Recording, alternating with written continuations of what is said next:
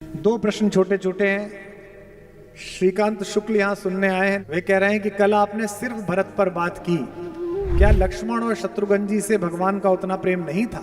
ऐसा नहीं है। अब शत्रुघ्न जी पर सबसे कम बोला गया है। मेरा तो मन है कि एक दिन मैं शत्रुघ्न जी पर ही बोलूं किसी प्रकार से। लक्ष्मण जी पर पहले बोल चुका हूं, कुछ जगह बोला है, लेकिन आपने कहा है कि लक्ष्मण से प्रेम नहीं था। ऐसा नहीं, लक्ष्मण से भी बहुत प्रेम है। वस्तुतः देखो तो राम और लक्ष्मण अलग नहीं है।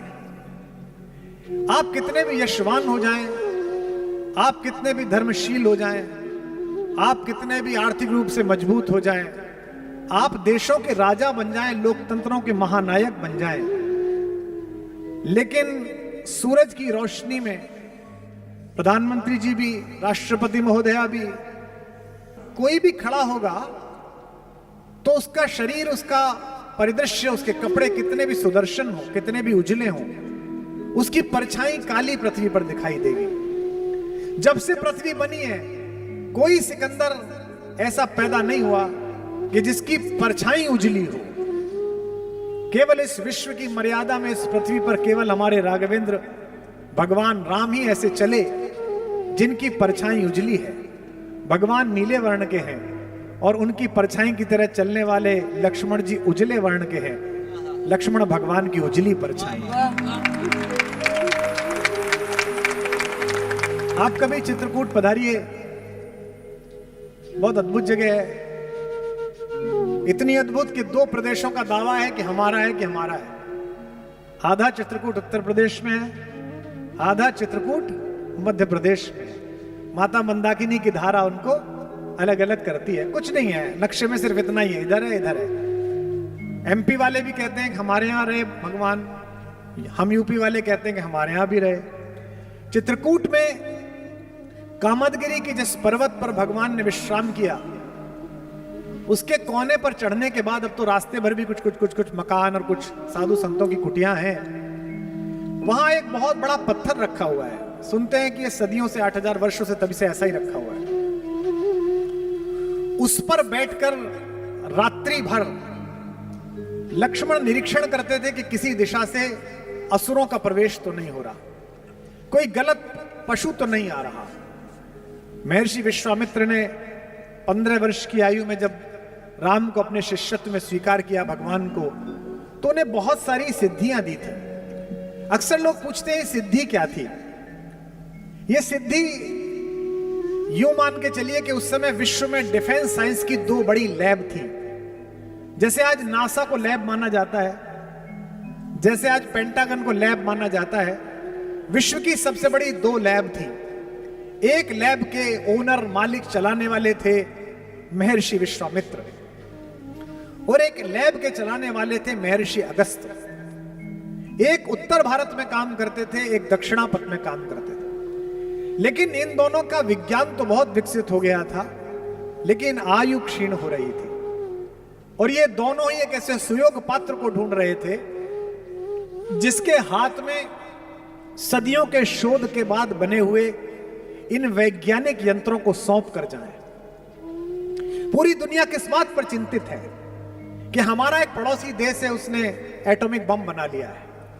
हमको लेकर कोई चिंतित नहीं है।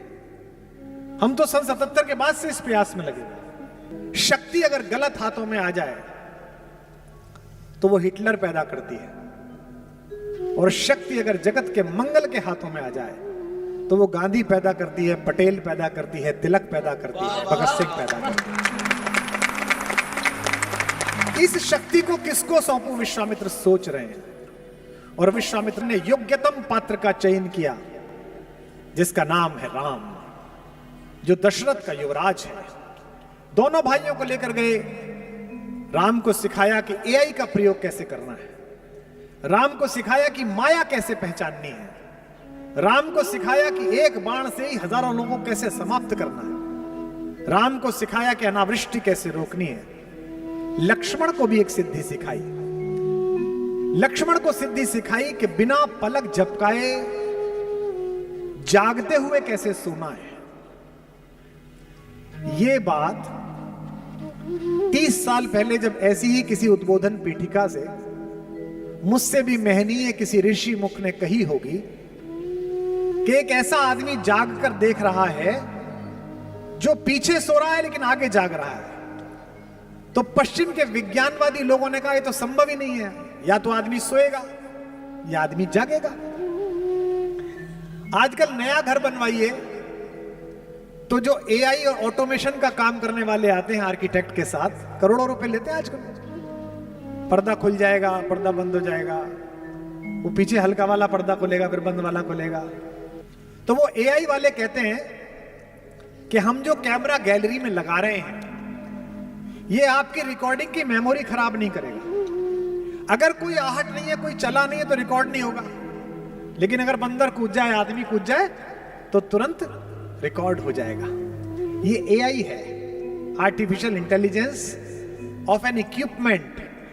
ये एआई सिखाई गई लक्ष्मण को कि लक्ष्मण आंख खोले बैठे हैं, अगर कोई नहीं आ रहा तो सो रहे हैं, लेकिन जैसे ही उस लेजर किरणों के किसी क्षण में किसी निश्चर ने प्रवेश किया, तुरंत ही लक्ष्मण जाग जाते हैं और उनका हाथ धनुष पर कस जाता है। ये एआई का प्रयोग। मैंने कहा कि खड़ी बोली में राम की कहानी सबसे पहले अग्रवाल समाज के ही एक कवि के यश में आई। मैथिली शरण गुप्त जी ने साकेत लिखी। उसमें पूछता है कवि प्रकृति से कि जाग रहा यह कौन धनुर्धर।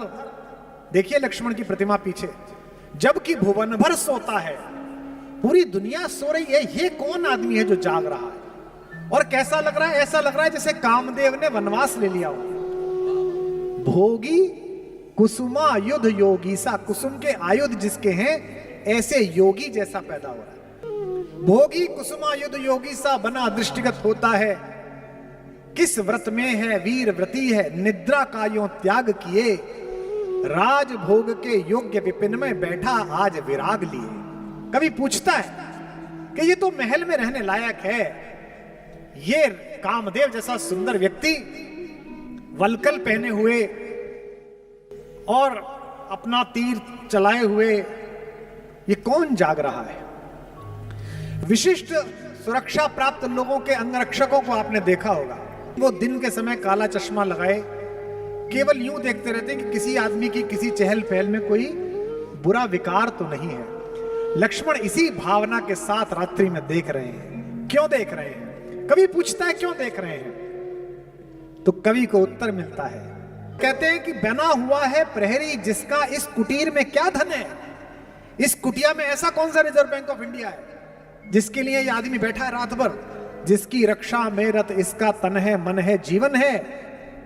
उत्तर देखिए और बलिहारी हो जाइए।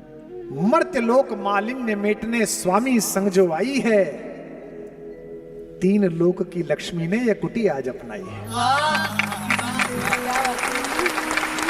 कवि कहता है कि एक रिजर्व बैंक नहीं, पूरी पृथ्वी के किसी भी प्रकार के धन की जो मालकिन है वो इस कुटी में बैठी हुई है।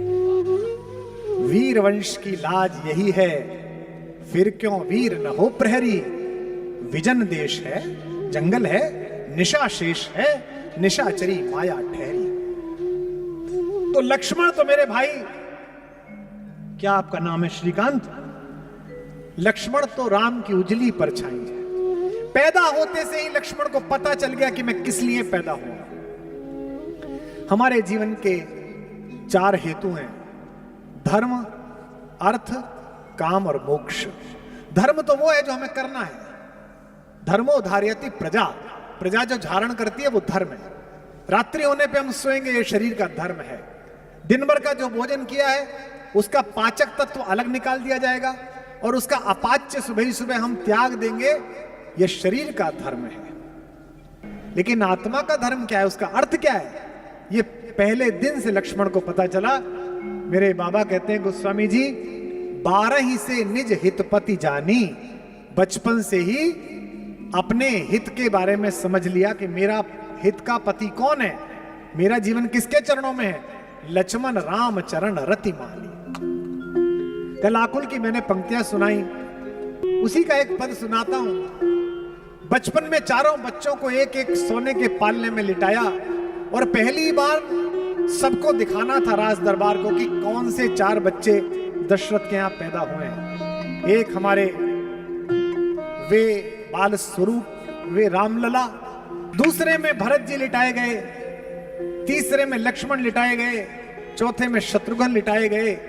सब बच्चों के पैरों में घुंघरू बंधे हुए थे, सब आमोद कर रहे थे, सब प्रसन्न थे, नहाए धोए अच्छे कपड़ों के। एक बच्चा रोए ही जा रहा है और वो चुप ही नहीं हो रहा।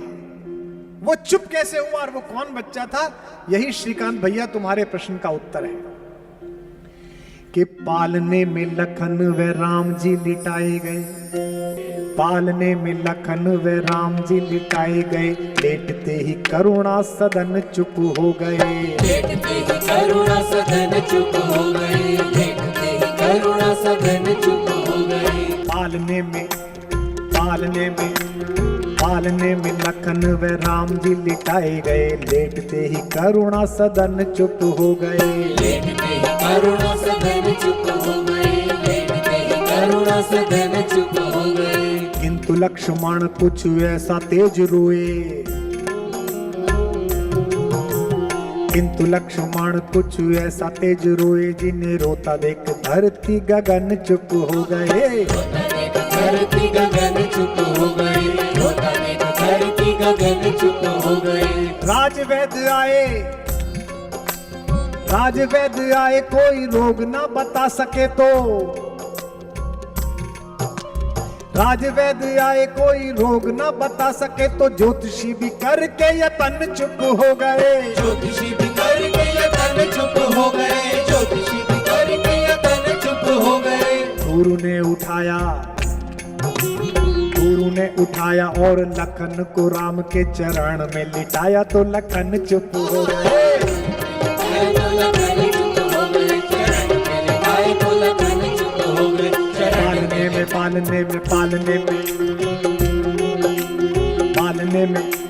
पालने में लखन व राम जी लिटाए गए, लेटते ही करुणा सदन चुप हो गए, करुणा सदन चुप हो गए, करुणा सदन चुप हो गए। किंतु लक्ष्मण कुछ ऐसा तेज रोए, जिन्हें रोता देख धरती गगन चुप हो गए, रोता देख धरती गगन चुप हो गए, रोता देख धरती गगन चुप हो गए।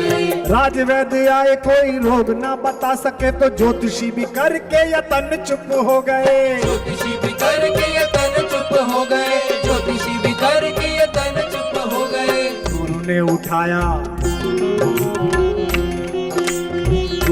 उठाया और लखन को राम के चरण में लिटाया तो लखन चुप हो गए, चरण में लिटाया तो लखन चुप हो गए, चरण में लिटाया तो लखन चुप हो गए।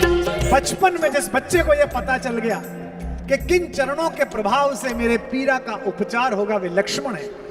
इसलिए आपका प्रश्न कि भरत से कम प्रेम है कि ज्यादा प्रेम है, नहीं, सबसे बराबर है। और लक्ष्मण की मां मेरी मां सुमित्रा भी मेरी मां कौशल्या से कम नहीं है।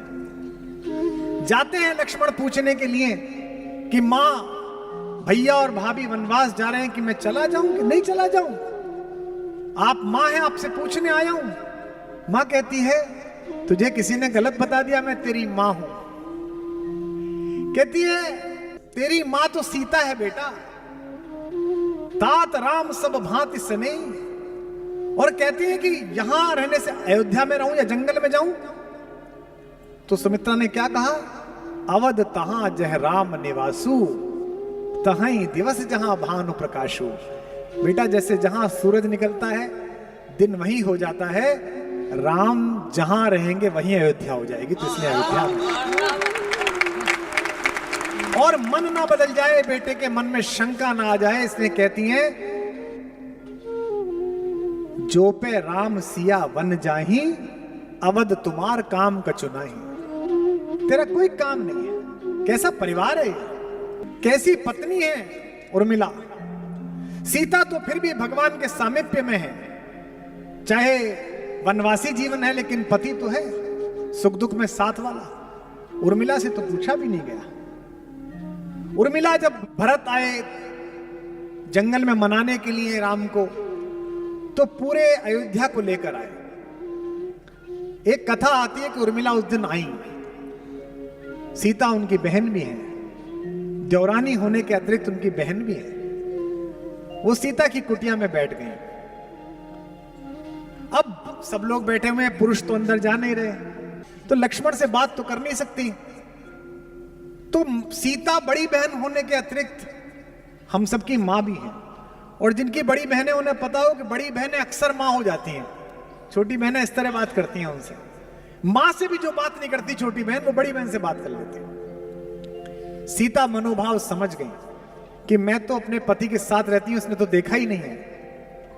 तो उन्होंने लक्ष्मण से कहा कि लल्ला, मेरी झोपड़ी में, कुटिया में फूलों की डलियां रखी है, उसे उठा लाओ, तुम्हारे भैया की शाम की संध्या के लिए माला बना दूंगी। लक्ष्मण ने कहा जो आज्ञा भाभी। और तेज गति से लक्ष्मण गए। लक्ष्मण को क्या पता, जैसे ही कुटिया का द्वार खोला तो सामने उर्मिला, वो खड़ी हो गई।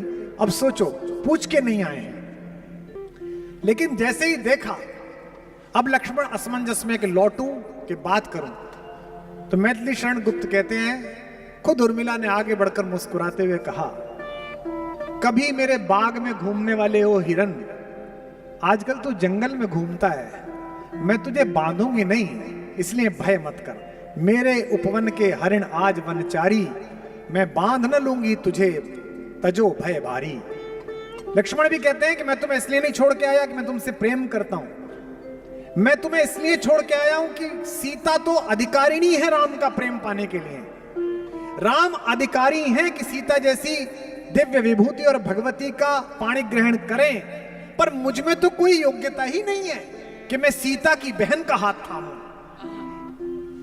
वन में तनिक तपस्या करके बनने दो मुझको निज योग्य, भाभी की बहना तुम मेरे, अर्थ नहीं केवल उपभोग्य। तुम केवल मेरी पत्नी नहीं हो, तुम जगत नंदिनी सीता की बहन हो।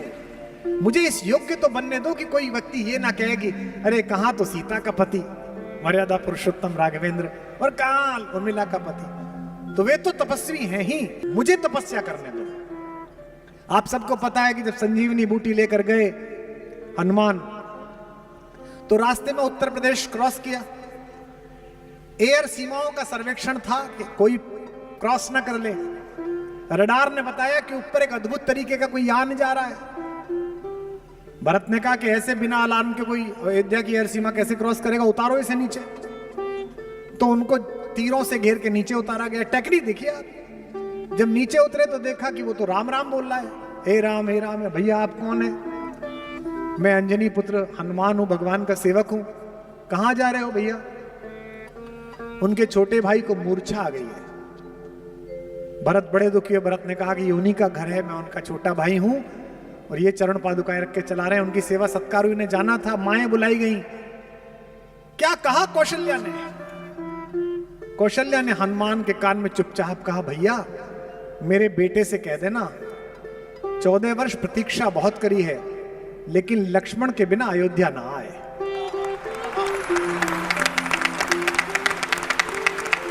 रोती हुई कौशल्या अपने आंगन की तरफ चली।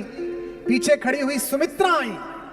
सुमित्रा ने कहा, भैया मुझे पता नहीं दीदी ने तुमसे क्या कहा है, राम से कह देना सीता को वापस लेके आए। लक्ष्मण ना भी रहा तो मेरे पास अभी एक लाल और है, उसे साथ लड़ने के लिए भेज दूंगी। ये घर है। हनुमान की विदाई की तैयारी हो रही है, सब दुखी चिंतित हैं और उर्मिला प्रसन्न है, चहक रही है। हनुमान भैया दूध पी लीजिए, हनुमान भैया ले। हनुमान ने अकेला एकांत पाकर चरण पकड़ लिए कि माता आपका पति मृत्युशैया पर है, मूर्छित है, और आप मुझे दूध पिला रही हैं, आपको तो कहना चाहिए जल्दी जा जल्दी जा। तो उर्मिला हंसने लगी कि भैया तुमसे किसने कहा कि मेरा पति मृत्युशैया पर है? हनुमान ने कहा मैं देख के आया हूं। उर्मिला ने कहा कि आप गलत फहमी में, यदि विश्वास ना हो तो 5-7 दिन रुक जाओ, मेरे पति को कुछ नहीं होगा। क्योंकि जम्हाई में भी रात को सोते समय जिस राम का नाम लेने से सुबह आदमी जिंदा उठता है, उसकी गोदी में यमराज छोड़ो महाकाल लेके नहीं जा सकता मेरे पति को।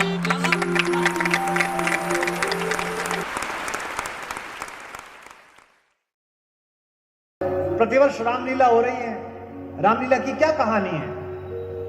रामलीला की कहानी इतनी है कि एक दशरथ के पुत्र हैं जो वनवास के बाद अपनी पत्नी के एक अनाचारी के द्वारा हरण करने के उपरांत उसका वध करके वापस लौटते हैं 9 दिन बीतने के बाद। इस कहानी में क्या नया है? इस कहानी में कुछ तो अमृत तत्व है कि दुनिया के सबसे बड़े संकट कोरोना के समय भी यह कहानी भारतीय टेलीविजन पर दिखाई गई तो पूरी दुनिया की नंबर 1 टीआरपी लेकर वो कार्यक्रम भी आ गया। ऐसा क्या कहानी है?